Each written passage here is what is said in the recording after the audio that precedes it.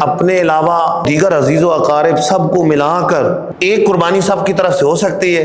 تو ایسا نہیں، ایک قربانی صرف ایک کی طرف سے ہو سکتی ہے۔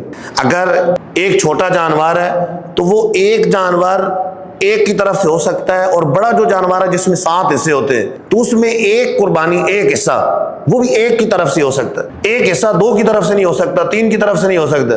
اگر بالفرض یوں کرے کہ پورے گھر والے کہیں کہ 4 بندے ایک بکرا یا 4 بندے ایک حصہ کریں گے تو پھر کسی کی قربانی نہیں ہوگی۔ احادیث کی روشنی میں ایک جانور یعنی بکری وغیرہ وہ ایک کی طرف سے ہو سکتی ہے، اور اونٹ گائے 7 کی طرف سے ہو سکتی ہے، اور اس میں ایک حصہ ملانا اور یہ کہنا کہ ہم 4 بھائیوں کی طرف سے ایک حصہ ہے، ابا جی اماں جی بہن بھائی ان سب کی طرف سے ایک حصہ ہے، تو پھر کسی کی قربانی بھی نہیں ہوگی۔ بلکہ اگر 7 گائے میں حصے ہوتے ہیں اور یہ ایک حصہ 4 کی طرف سے شامل کیا تو ان کی بھی نہیں ہوئی، اور بقیہ جو 6 تھے ان کی بھی نہیں ہوگی، کیونکہ ایک گائے میں اگر 8 حصے رکھے جائیں تو پھر کسی کی نہیں ہوگی۔